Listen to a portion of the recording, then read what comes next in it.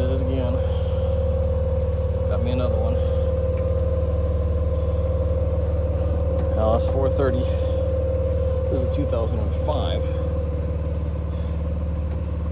Excellent condition, or good condition, I'll say, for the most part. The person that had it before really took good care of it with waxing and whatnot, or keeping it in the shade or whatever to keep the paint good.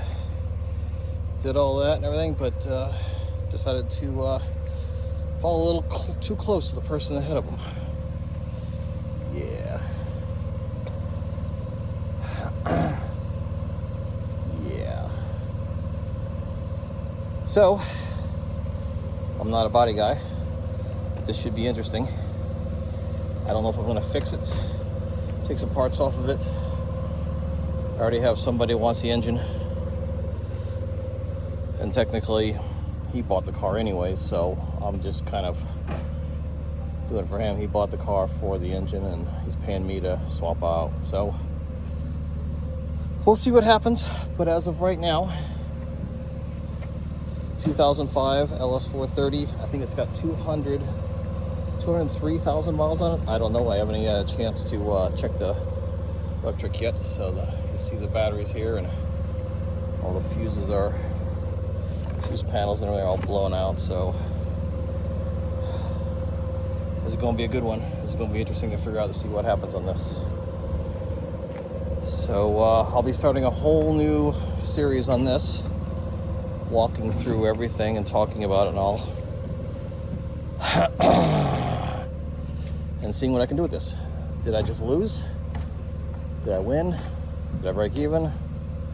I'm going with I lost, but hey, you never know. And after I said I would help the guy, I kind of regretted my decision, but I just don't have the time.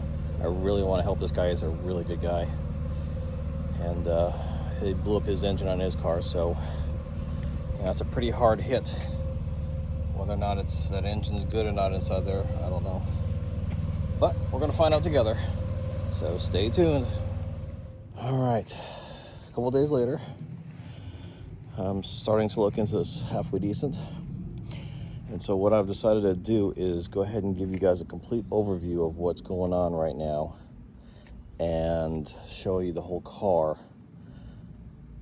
and then start doing these projects and steps. So first and foremost, obviously we got the hit here. I've started cleaning up a lot of the stuff, and I've gotten halfway decent clearance into the engine, and I do not see any impact damage. I don't think the radiator hit the actual engine, so I think the engine itself is good.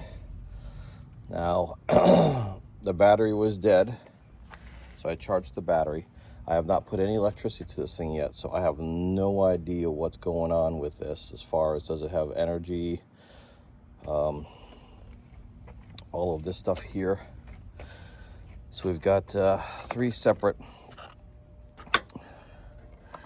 things with the electricity. We have relays there, which actually, it looks like there's a relay missing right there. I'll have to check on that. And then we have possibly another relay missing. And then what's inside here, which is all smashed up, that's actually the computer. So I'll have to check and see if I can find some way to apply power to this car. The more I look at it, the more I think that this thing is done. Yeah, see, here's more. Now, are those supposed to be relays in here? I don't know. So I guess technically there's 4. So 1, 2, 3, 4. I don't think I'm gonna spend the time and money and effort to repair this car. It is, I think it's gonna nickel and dime me to death. So I don't know if I'm gonna pull the engine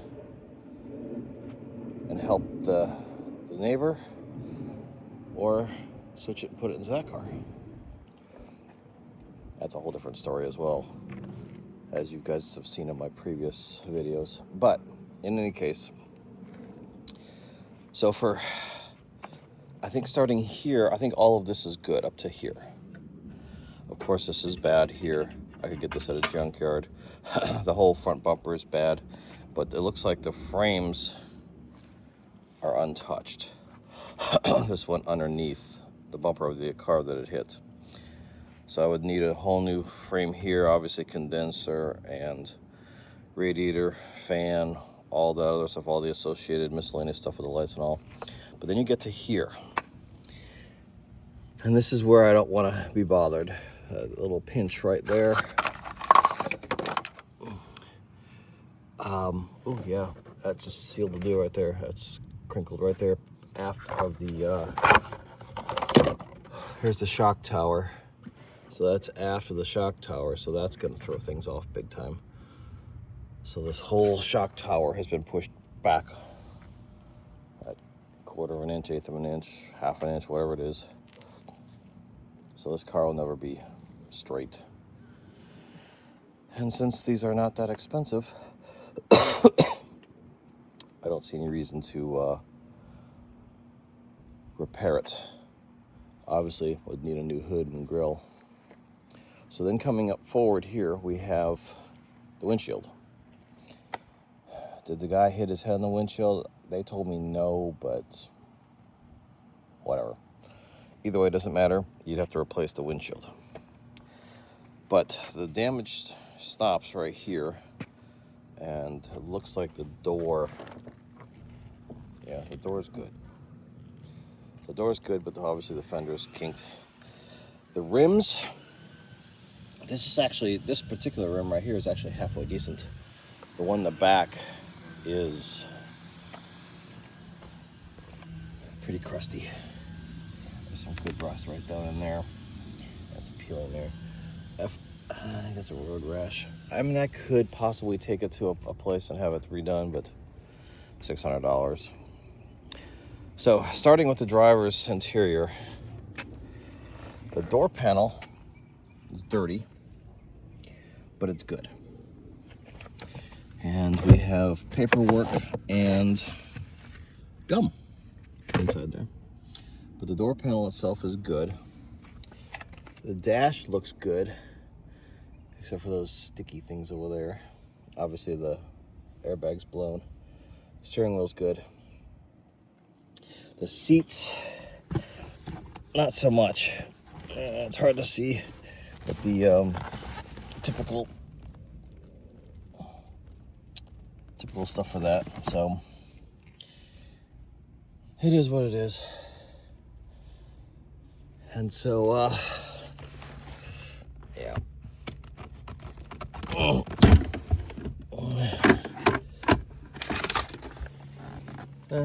Nothing worthwhile in there. So I don't see any reason to keep this car. I would love to switch the seats with my seats, because these got heated, cooled seats. And instead of paying the money for the reupholstering of the other seats, just pay the money and switch these seats to tan and have heated, cooled seats. And then I obviously have to put all the wiring in and all that stuff, but from what I understand, it is a big job. Standard back, I don't know what these things are, but the rear seats are exactly what I would expect. Wow, that's locked in there. Oh my goodness, what the heck are they doing here?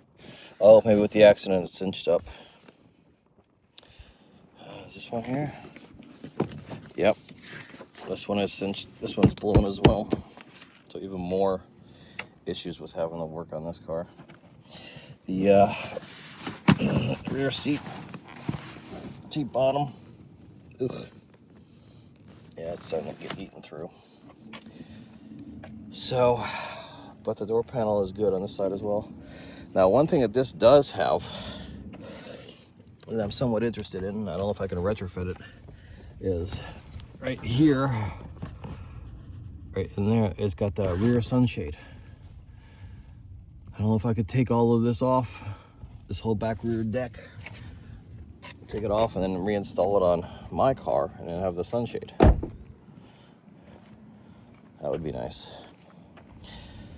Starting to store all the parts, pieces that I'm taking off back here. The rear bumper is whatever.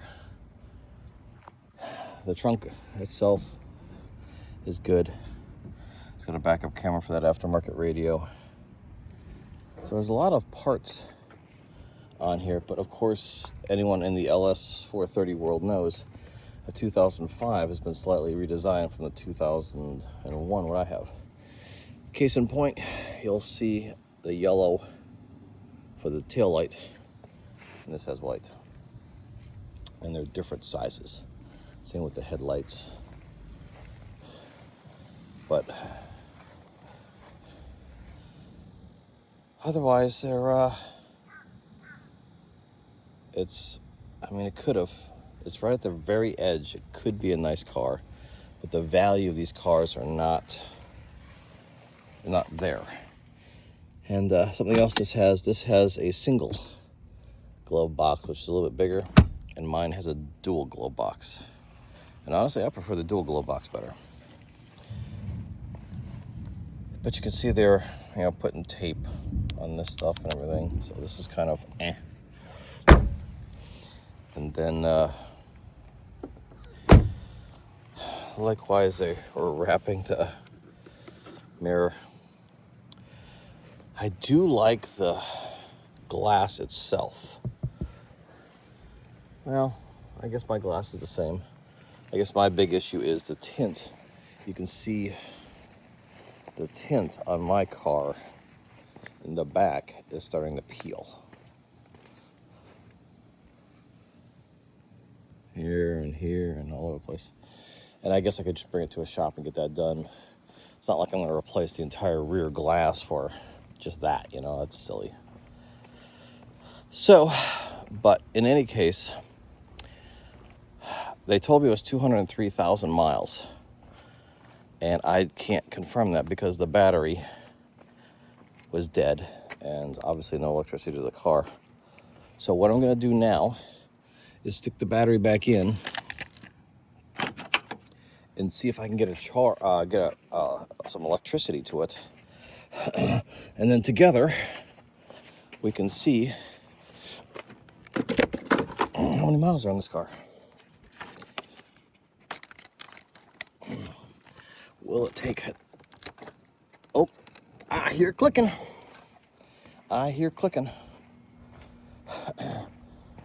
So let's just see if we can get at least some dashboard lights. All right. Oh, yep. Sweet. Yes. 203,000 miles.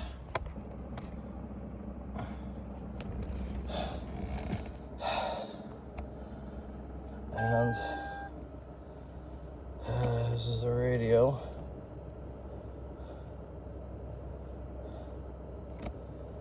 I don't know if this works.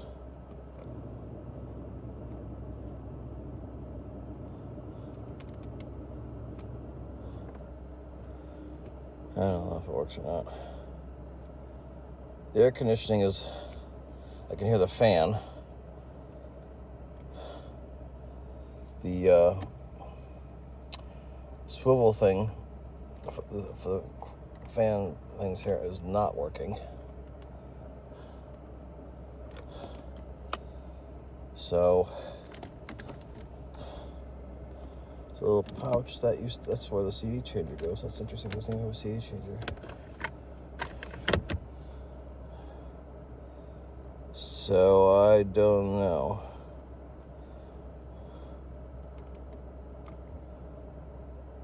It's not playing radio. I don't know what I'm doing wrong, but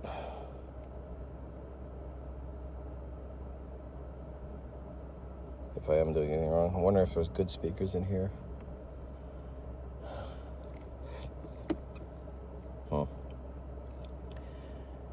Let me turn this all off. Turn it off. Turn it off. Off, off, off.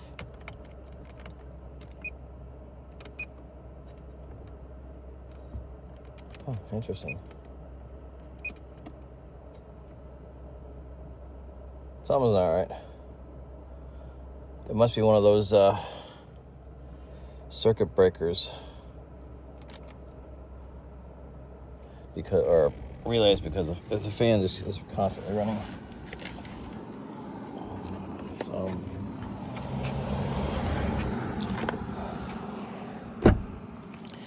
I would like to touch the starter to see if the engine spins. However, if you follow this belt down, you'll see the belt is actually twisted right there, coming off the AC compressor. So I want to take care of that before I do that, because I want the all the accessories to turn as well. I don't want this belt to pop off and all, just to see if it does physically turn over. So also bad news about this car is that it has the different transmission.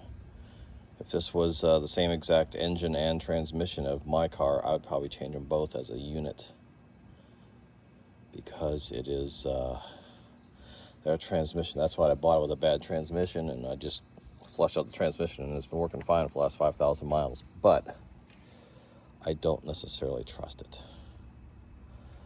So if I just had a whole transmission engine unit to swap, that'd be awesome. Alrighty, so I am happy that we have electricity to the car. I have seen officially 203,000 miles. So I am going to fix that belt and try to give her a spin. So stand by. All right, back with you. The belt is on. So all I'm gonna do is just hit the starter, just to see if we can get the engine to turn over. Kind of give us an idea as to where we're at. All right, here we go.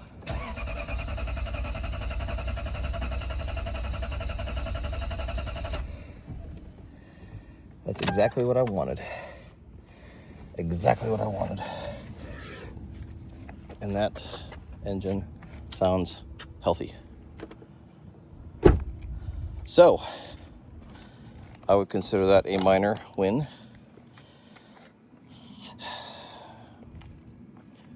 And so I'm happy with that. The engine turned. Relays are still going on, so this is coming off. So now the real work begins. Talk to y'all soon. Alrighty, here we go again. We are ready to start on the Lexus engine removal. Previous video, I showed you everything that was going on, what the status of this car was, all that stuff. Going to start doing some small stuff, getting ready for the engine removal.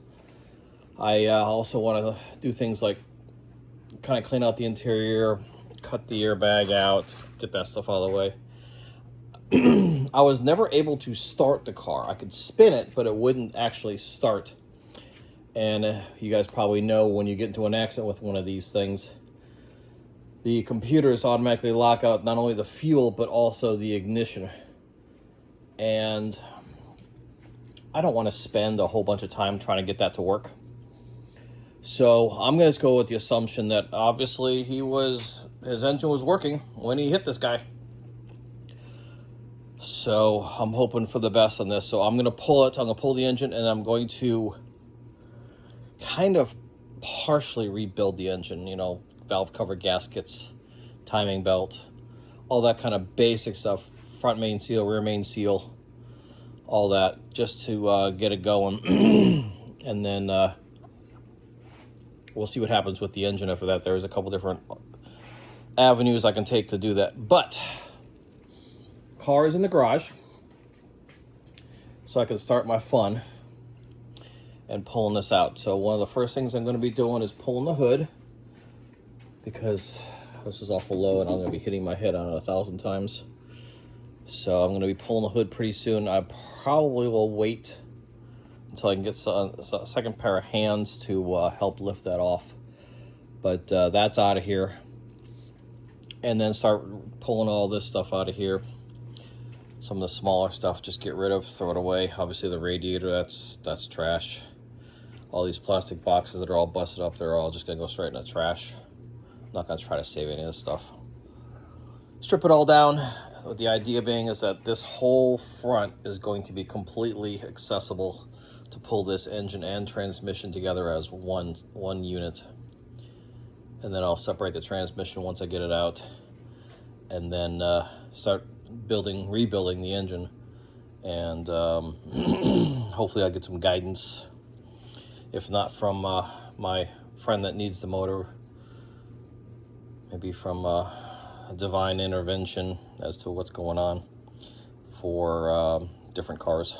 So I'm gonna start having fun, start going through this thing, saving what's good, throwing away what's bad, and trying to salvage what is salvageable, like the headlight. That'll be probably going on eBay, and just going through all this stuff and see what I can do. I don't know how much of this car I want to strip down. It would be nice to have an extra few pennies, you know, $50 for the mirror or whatever, but it's a lot of work, and for me it might not be just a good use of my time. Something that I did want to do is I want to keep these rims and put them on the other car. Now these are, my other car's got brand new Michelins, but I mistakenly put the wrong size on there. So when I go over bumps, and when the rear is loaded down, it rubs here in the back. Those are two 35/50 R18s. These are two 45/45 R18s. It's a minimal difference, but maybe it makes the difference. I don't know. But these still have some pretty good tread left. So I don't know how long this car has been sitting, but they all four had about 24-25 PSI in it, which when they're all four going down, it makes perfect sense. It's been sitting a while or whatever. So I don't think they have any holes in it. So I think what I'm gonna do is I'm gonna just put these rims on my car just directly, just put them right on, and then drive my car with these and see how the car feels. Is it any different? Is it bottoming out? Is it rubbing against the whatever? And then whether or not I'm gonna replace these rims, not replace them, but refinish them. So lots to do, but I'm gonna get started. Basic things like taking off the hood, pulling the radiator and all that stuff, that's kind of stuff where we all know how to do that, so I'm not gonna really video that. But I will check back in periodically as I keep pulling things out, and let's see how far we can get. Talk to you soon. Alrighty, progress. This is going a lot faster than I thought it would, and that kind of concerns me, because usually when that happens, something else comes up that makes it twice as hard. But look at all of this room. Got the hood off, got all the mess off in the front there. So now it's just simply a matter of undoing all this stuff. I think I've got everything on top with the exception of the power steering. I need to pull that lower splash shield so that when I disconnect the power steering, all that fluid runs down into a bucket instead of everywhere. So I guess my next step is going to be to jack the car up and get underneath and start working under the car. Everything I'm pulling out, all the stuff I'm pulling out, all the nuts and bolts and everything are going in that little bucket right there. I'm gonna be saving those for spares, you never know. And all the parts that I'm finding that I think are worth something are going in here. So it's going well. I'm pleasantly surprised. But the more I dig into here, the more damage I find. Like this cross member here is buckled really bad. So I just, oh, and look at that. Yeah.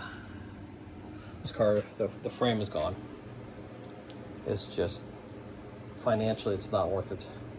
You can buy these cars for $2,000 to $3,000 to $4,000 in fairly good condition. It's just not worth it. So I'm going to be continuing with the motor pull. In the meantime, I'm going to be looking around inside the interior, see what other goodies I can find. So that's what we got now. Next update in a few. All right, day 2 has come to a close, and I've got a lot done.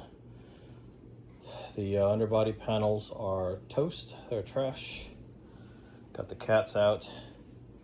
Got the entire engine prepped for removal. As I've been going through things, I've been finding miscellaneous pieces that I can either keep or sell. Piling it up there. And my bolt box is getting full.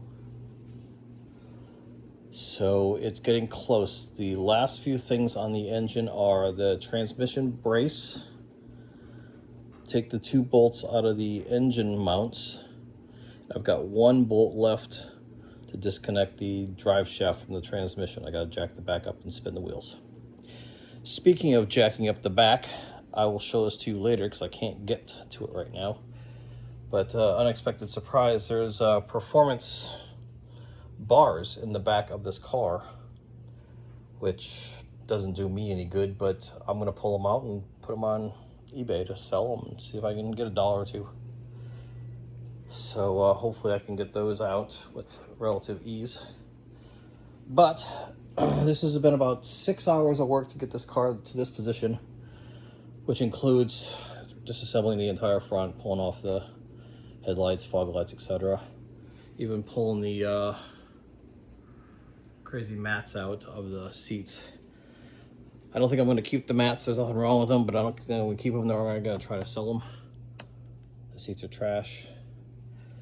Even the back seats have got some pretty good wear. Now these back seats are the heated seats, and I don't think my car is wired for heated seats. I'll check on it, but it would probably be a nightmare to try to pull all the coverings off, the gray covering off of this, and pull the tan covering off of my car, put the tan covering on this, just to have heated rear seats in a southern climate. I might as well just go buy another car with all that in it and save all that work.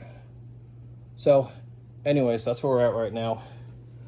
Get ready to pull the engine, and then from there it will be rebuilding the engine and getting it ready for install into the other vehicle. All right, day 2 is a close. See you on day 3. Alrighty, day 3, here we go. This one's gonna be a light day, and I'll explain to you why in a second. So last video ended up in the middle of the night looking at this. This morning I wake up and it's still here. So I guess I have to keep working. So what we have done, besides the basics of pulling all the stuff out and everything, is prep the motor for removal. There are a few things underneath the engine that I need to pull out still, and that's my job today. I will take care of that, but only for a couple hours because I need to go and get some tools. So this is going to be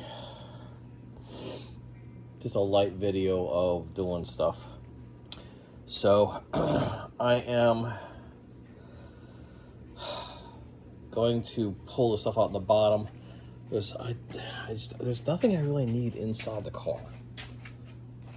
I've thought about taking the sunshade. It's got the automatic sunshade in the back there. I don't know if you can see it. It's that piece right there. But my car does not have that. I would love to have that. But if it's a plug and play. If it's not plug and play, I'm really not interested. So, I don't know. My main focus though is trying to get the motor out and put back into the recipient car. I just spent a whole bunch of money on all the necessary stuff that I need for this car, like that, a belt, the timing belt, the timing whole belt stuff was pretty expensive. But I'm doing valve covers. I'm not doing spark plugs. I might do spark plugs. I don't know. But a lot of the front main seal, the rear main seal, all that stuff. So all that's still to go. But I'll do that once I get it out of here and on the engine stand itself. So, all right, let me get back to work, and I'll check back in with you in a few minutes here. All right, next update. I've got everything disconnected underneath the car. Drive shaft disconnected. The bolts for the main motor mounts are disconnected. The only thing that's holding this thing in is its own weight and the transmission mount. Hopefully I did the steering properly. We'll find that out shortly. But something else I also did was I drained the oil, and it looks like regular old used motor oil. It looks like it's ready for an oil change, but I'm gonna let that sit for a while, then drain it out, see what's on the bottom, see if there's any shavings. Likewise, the oil filter, I'm gonna cut this open and see what it is. One thing of note is this is a factory Toyota oil filter. So maybe this guy kept really good care of his car and taking it to the actual factory or to the dealership. I don't know, but it's a good sign that if that's the case. So hopefully this engine's good. And what I plan on doing is once the engine's out, I'm gonna pull the spark plugs, borescope the engine, and take a look at that. I probably should have done a compression test before I started taking it all apart, but c'est la vie. All right, that's where we're at. Check back again in a few more minutes. All right, here's the filter. There's the cartridge. Obviously, there's tons of metal shavings here because that's where I cut it. But in here, I don't see anything. So it looks clean to me.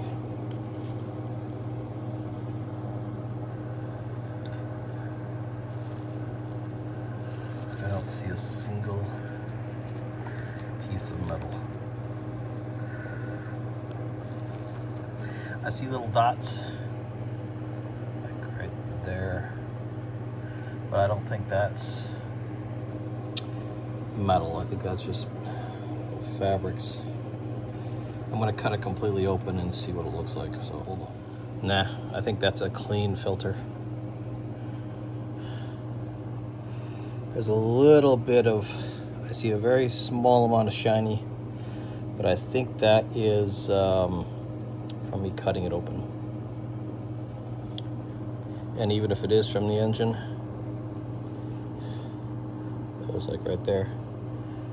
I think that is so small it doesn't really matter.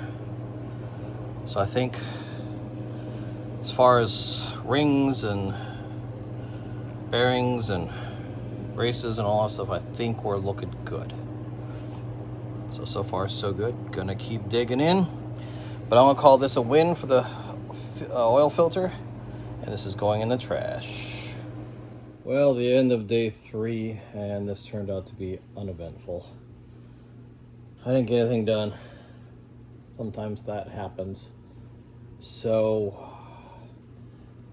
we needed to get some tools, some parts for the car to continue. And we tried to find some used parts, and everyone that had all their stuff posted on Facebook, Craigslist, whatever, nobody would answer. Oh, it's still for sale, any offer. Well, you call them 3 times and no answer. over a 2-day period. So I decided to go to Harbor Freight to get some parts and some tools, and they're out of stock.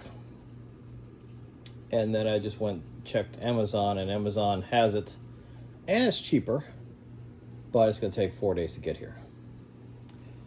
So I can't really do anything until I get these pieces. So I'm kind of stuck. So day 3 ends without getting anything done.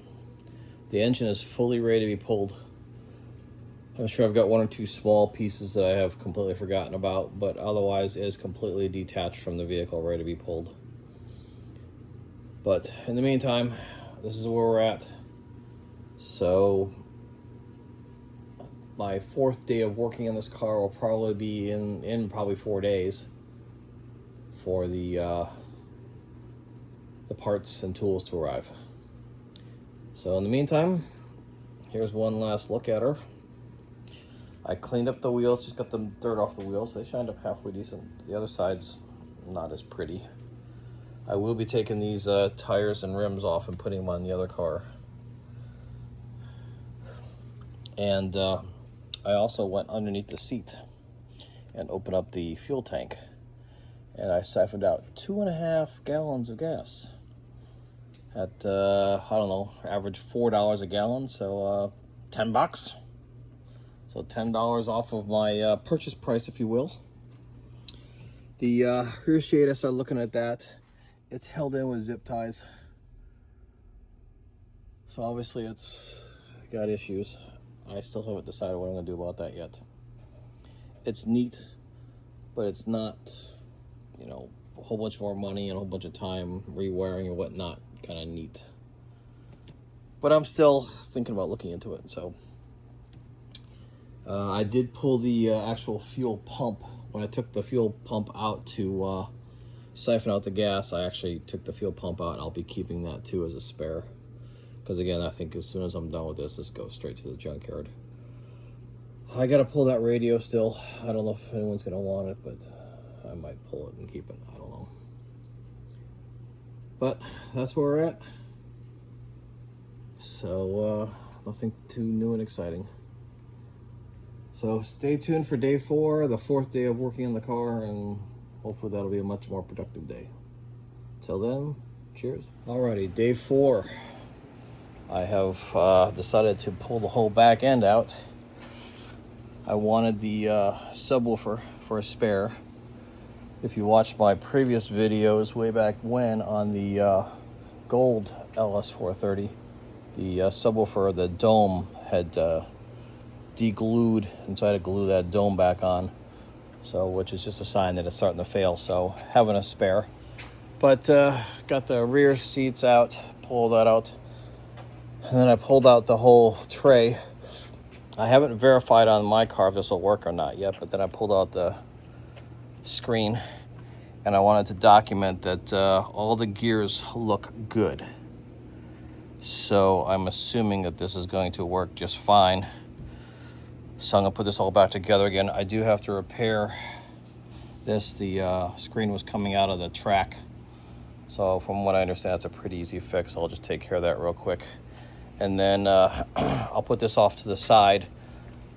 And later on, I will look into if this 2005 rear sunshade will fit in my 2001, and is there wiring even in there to support it. So this will be interesting. This is just a sidebar. I will make a whole separate video of trying to make this fit, make this work. So obviously I'll need this. I hope that the wiring, way back there, you can see it right there, the black one. Hopefully that wiring is there in the car. And of course I will need this panel here, this whole panel here, for the that button. So I'll take that out. So I have the track off. And I have a blanking plate for the temperature, seat temperature things. I don't think I'm going to do the temperature things on the seats. It's just going to be too much work. But I've got a blanking plate on mine that I can put on that, so that would take care of that. So, gonna have some fun. See if I can figure this all out. Again, this is actually day 4, or day 3 yesterday. So chronologically, this is day 4, but nothing has changed as far as the engine is concerned. This is still waiting to be pulled, and I'm waiting for basically waiting for Amazon. And I don't want to pull this engine, and because I'm going to have to put it right here, and then have this car sitting outside as well. So I'll just have to work around that and figure it all out. That's why I'm waiting. No reason to do any of that. So I want to pull all this stuff and then go from there. So more videos coming on this, but as of right now, no change on the engine. Just a little update on taking out the rear end. So I'm trying to get stuff done that needs to be done, and using this downtime to do it. So see you soon. Alrighty, next update. Again, this is a small one because nothing has really happened, except most, not all, some, but not all, if you guys know what that is, of my parts have arrived. And as well, my other stuff here. I'm worried about this. It said it was coming in 2 boxes. So hopefully everything's in one box. Oh, let me go back here and show you this again. Okay, so this is the, again, the screen. This is the last thing I'm gonna say about the screen, because any of you guys that are knowledgeable about LS430s, you're like, you're an idiot. I'm fine, I'm an idiot, but I'm learning. So Mr. Car Care Nut, you can stop laughing, I learned. 2004, 5, and 6, this goes off the CAN bus system. So this works on the CAN bus. 2001, 2, and 3 use a whole different system. So they're not compatible from even a talking point of view, so talking to one another. So long story short, I'm not even gonna try to put it in my car, and I'm just gonna put it on eBay to sell it. So that's that for that. The issue with the oil, there are some little bit of sparklies and junk in the oil pan after I drained the oil. And like I said before, the oil filter was clean, but I was using this for catching everything on the bottom. So it was probably contaminated before I even drained it. So how much contamination is from the engine, how much is from before, I don't know. And I would think that the filter would be catching at least some of it to show it. So I'm not gonna worry too much about this. I think this is just side debris, and I think the engine's good. So now the fun stuff begins, so I can build the, put the tools all together and start pulling the engine. In the meantime, I don't know if you can see it or not, but I'm refreshing the AC system on the other car. So there's a whole bunch of projects. Life, everyone know about life, how life just kind of gets in the way. You just can't go out here and just work on this one thing for forever. So talk to you soon. All right, another update. Day 5, day 6, day 30. I don't know what it is anymore. It's all blending together now. This thing is just taking up way too much time, way too much work for minimum amount of gains. But I'm continuing. So as you can see, engine's still there. So we tried to pull it with the cherry picker, and I've seen people do it online and didn't really think much about it, to pull the engine and transmission together as a unit. And I thought, well, okay, just disconnect the transmission from the rest of the car and disconnect the engine from the car and pull the engine and transmission out as a unit. We couldn't get it. We just could not get it. I don't know what's going on. You can see the sway bar is disconnected. Everything's pulled away. I don't know. So I made the decision last night to pull the transmission. So I'm going to pull just the transmission and then pull the engine. So it's going to be a very interesting choreographed dance of pulling everything here together, because I needed the car in the garage to close the door for at night. And so I set it all up last night so it's on jack stands, and you can see the transmission jack in there. But I need the extra room up front here to pull the motor. So I'm not exactly sure how I'm going to do it. And of course, with the car up high, am I going to be able to clear the engine over the side without the cherry picker arm hitting the fan? So I might have to pull the transmission, get that out, which the only way to get that out is to take the rim off and then try to squeeze it through this little gap right here. That's the last time I did it that way. I turned the wheel, pulled the rim off, and then could squeeze it right through here. I don't know how I'm going to do it. The other way to do it is just to dump it off of the actual transmission jack onto the ground and then slide it out. So I'm not interested in the transmission. If I found another car, another LS, or I would love to find an SC430 with a blown transmission and put that in. But I don't have a use for it right now. I don't think I'm going to save it. I think I'm just going to put it on Facebook Marketplace or something, and real cheap, and just get rid of it. So I'll have to do that, and then once I do that, then I'll probably have to jack the car up some more, take the stands out, lower the car, then put the cherry picker in and grab the engine and pull it out after I push the car back out. So lots of good stuff. So if anyone is watching this considering pulling their motor, honestly, I haven't done it yet, so I can't really 100% comment, but I would think that the best plan of action is to pull the motor separately from the transmission. Pull it out that way, and then you have your motor and your transmission separate. A lot more work up front, but I think it's going to be a lot easier to take it out. So I'll make more comments about that once it's all out and done, and tell you how that went. Until then, talk to you soon. Look what we have. We have success. I finally got it pulled. So we took the transmission out, which wasn't all that bad. It actually probably maybe a half an hour.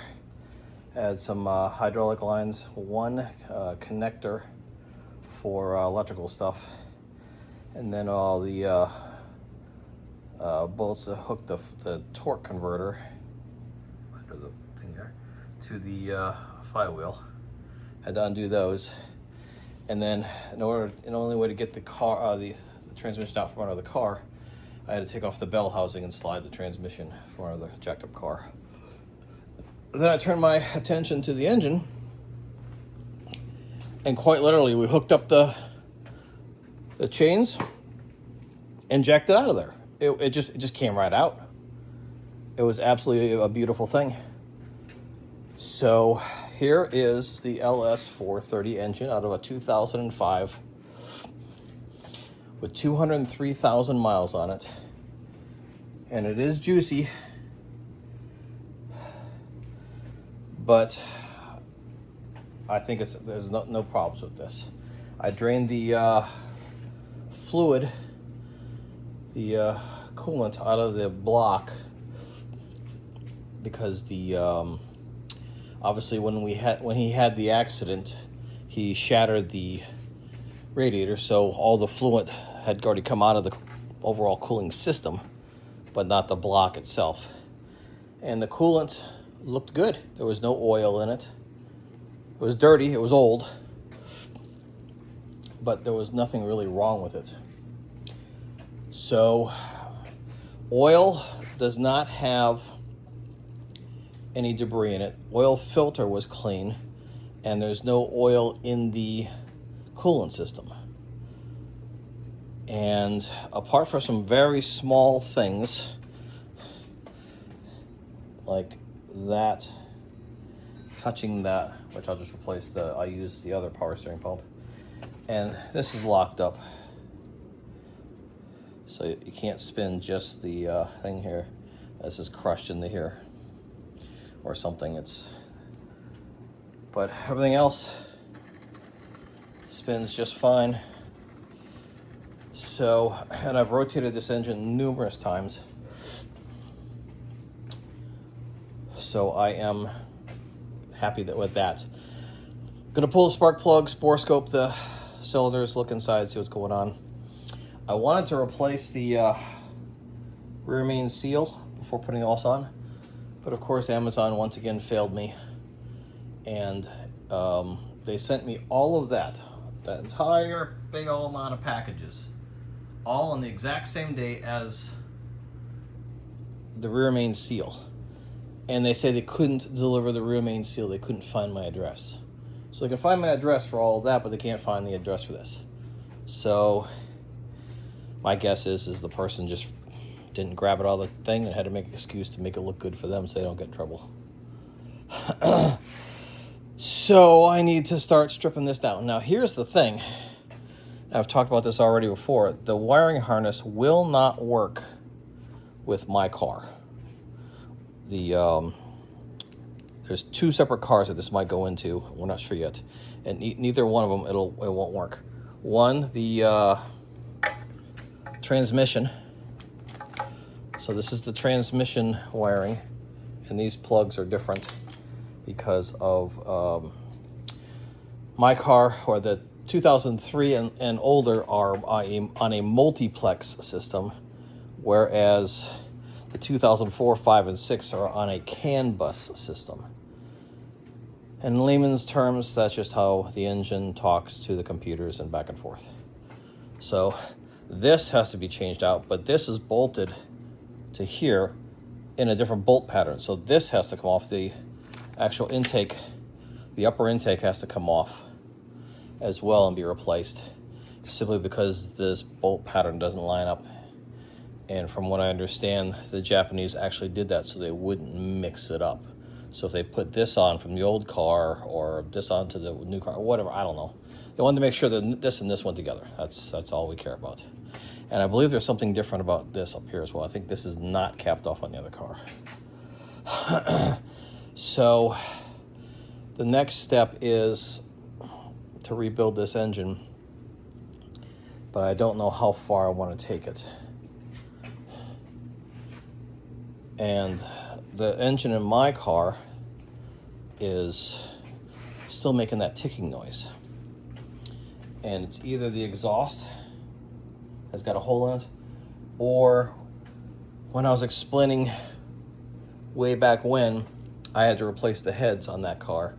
And the heads that I got came shipped upside down, and all of the, there was no camshafts in there, and all of the, I don't even know what you want to call it, the different millimeter thickness little, look like little pennies that the camshaft rides on to the clearance. They're not hydraulic lifters, they're not adjustable lifters, they're solid lifters with this shim. That's what I'm looking for, the word shim. Different size shims. And I thought I had measured them all properly, but maybe I screwed up something, and it sounds like it's coming from this side of the other engine. So I can pull the whole head off on this side and recheck all that and pull the exhaust off of that and do that. I can do that, or I could just replace this engine. Now the other engine, my engine, I've done so much work to it. It's got new spark plugs, it's got new fuel pressure regulators, it's got new VVT, it's all cleaned up. I've polished the valves. I did a valve job. Everything is sealed. Everything is the way it's supposed to be. A brand new timing belt. Everything. Except it's got that noise. And it runs good, but it's got that ticking noise, which really bothers me. It's like it's going to blow up. The reason I think it might be the shims is because the noise is only after the engine warms up. And from what I understand, if it's an exhaust leak, it's usually when the engine is cold. and then it will, as the metal is contracting, it's contracted because it's cold. That allows the crack to allow it to leak. But when it warms up, it closes. Whereas mine is just the opposite. It doesn't tick when it's cold, and it ticks once it warms up. Well, the viscosity of the oil is much thicker when it's cold, and much thinner when it's warm. So I'm thinking that might do it. Now, something I did was I run, I think it's 0W20 in this. Whatever the actual manufacturer said he used. 0W20, 5W20, 10W20. Here. It's right over here. 5W30. That's what it is. 5W30. And that's what it's supposed to.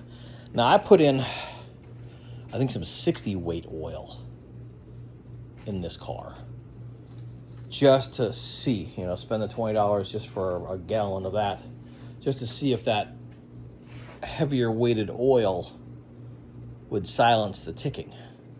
And it did not. It was exactly the same. So maybe it's that far out of balance, I don't know. But I'm sick and tired of it.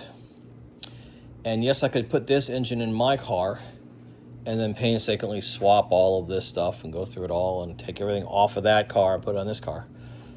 But there could be a whole new problem with this car. That's a lot of work to find out. And remember, I was not able to start this engine prior to pulling it because the immobilizers had kicked in, and I really didn't care enough to try to figure out how I can bypass the immobilizers or reset the immobilizers. So here it is. So I'm not sure what exactly the plan is, but regardless, here it is. And so what I'm going to probably start working on now is putting an ad in the paper. Listen to me, Mr. Old School, ad in the paper online for to sell a transmission in the car. I plan on keeping the rims and tires for my car. I like these period-specific 5-spoke wheels. I think they make the car much nicer. And also the offset of these are, I think these are 45 millimeter offset, and these are 23, 25, I don't remember. But the point is they make the tires stick out more. Stick out of the sidewall more. Or there's more flush inside of here. So when you go over a bump, the tire actually goes up into the wheel well and not into the fender. So it's going to solve three problems. One, I generally like these wheels better, these rims better. Two, it's going to put it back to factory. And three, it's going to stop the rubbing. So I'm happy for that. So what I'm going to do now is, it's too late and too wet, just had a rainstorm, to take photos of this thing. But I'm going to take photos of this thing probably tomorrow and then post it online and just dump it. I don't care. Even if someone comes and says, I'll take it for free, I'll say take it. The interior is halfway decent, and the rear suspension is all there. Front suspension's all here.